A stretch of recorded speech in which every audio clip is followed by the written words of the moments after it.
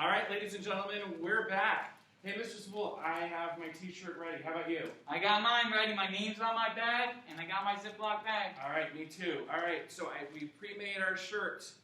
So what's going to happen now at this point is your teams are going to bring you outside. When they bring you outside, try to partner up with somebody. Once you make it outside, you'll be given a pair of rubber gloves. It's important to wear the rubber gloves for safety.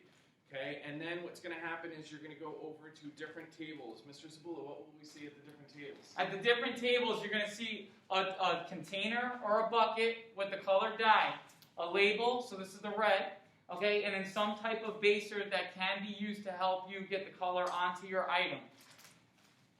All right, now, we're working in my room today, so what we're going to do is we're going to bring an extra color over to the table today. Yellow.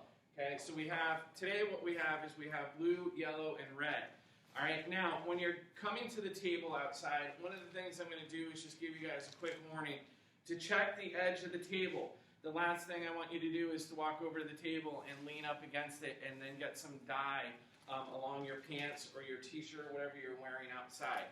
Okay, so once you and your partner have made it out, what you're going to do is you're going to take your t-shirt out and you'll ask your partner to hold the bag. All right, now, whenever working with the dye, you need to make sure that you have rubber gloves on the entire time.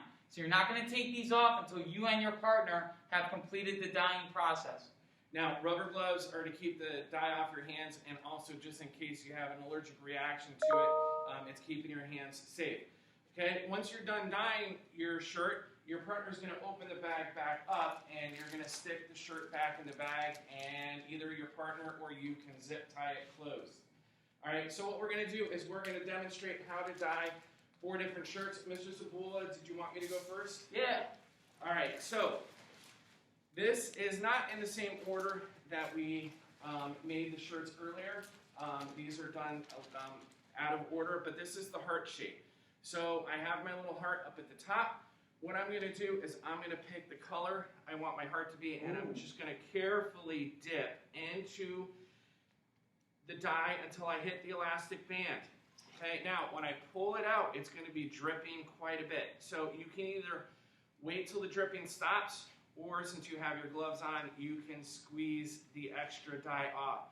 Now be careful when you move to the next color though, because now I have red dye on this glove. So what I'm going to do is squeeze the extra off, and then I think, Mr. Cebula, I'm going to move over to the blue really quick, and I'm going to dip the shirt into the blue. And again, my gloves are now getting covered in dye. So as I'm doing this and I move over to, when I go to put this in the bag, I want to be extremely careful so I don't get it on my partner.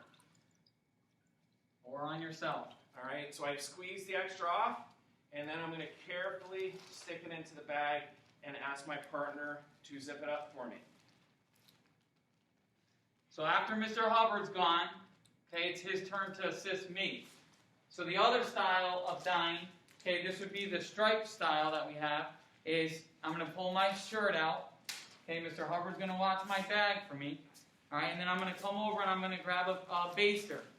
All right, what I do with the baster is I fill it up with some of the dye, and then over the bucket, I hit the shirt with the dye. All right, now I don't need to squeeze the baster hard. I'm just going to run it right over the shirt and apply it generously on the shirt. Okay? As soon as I'm done with that, okay, then the baster can go down, and then I'll move on to my next color. For the stripes, the next color, okay, is going to be in between the next 2 sets of rubber bands. So I'll take my yellow, I'll work over my yellow, I'll put it in, I'll wipe it in. You want to generously apply it, so if you run out of yellow in your baster, you just keep doing it again, get a lot on there. Okay, and I would continue until I had all my colors. Now you're going to have 5 color options, and the tables are going to be set up in the front bus loop. All right, and you're going to just go from a group of 5 tables with your 5 colors. Okay, as soon as I got all my colors on and I'm happy and I'm content, okay, then Mr. Hubbard would help me, and he would hold my bag, we would put it in. Okay, now that both of us are done, okay, the final phase is to make sure that we safely take our gloves off, right? That's the next phase. We safely take our gloves off, okay, and then we dispose of them so that we don't get any dye on us or anyone else, okay? 2 points for me. All right. Okay, and here's the other thing. Make sure that when you throw them into the garbage bag, that they land in the garbage bag. Last thing that we want is to upset anybody that is in charge of keeping outside clean. So please make sure that they land in the garbage bag. Let's not have to have other people kind of picking things up. Okay, so the next one that I'm going to demonstrate really quick for all of you is the bubble t-shirt. So there's different ways of doing this. One way is just take the t-shirt and dip it directly into one color and have one solid color. Okay, the other way of doing this is to find 1 or 2 of the bubbles and to soak the shirt into the bubbles.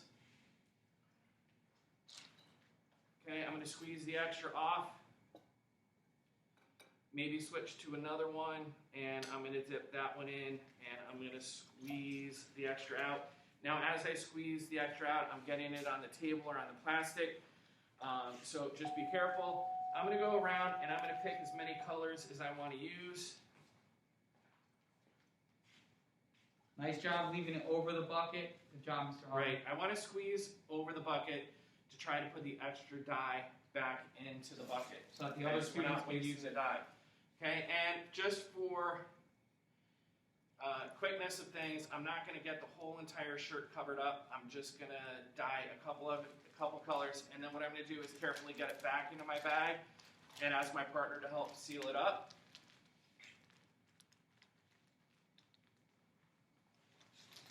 All right, and then it's good to go home.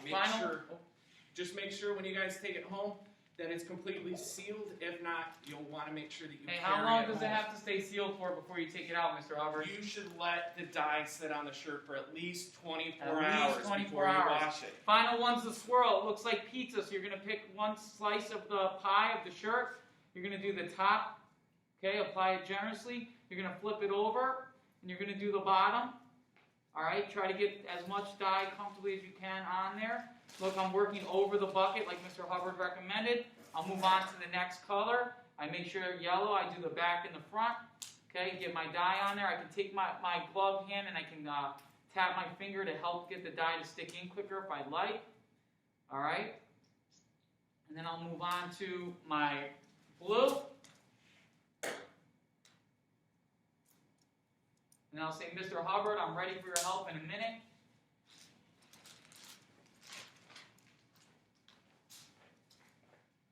All right, I can wipe it in with my finger to help it out a little. Okay, Mr. Hubbard will help me. Thank you, Mr. Hubbard. You're welcome. Okay, and then I'll leave that sealed for 24 plus hours.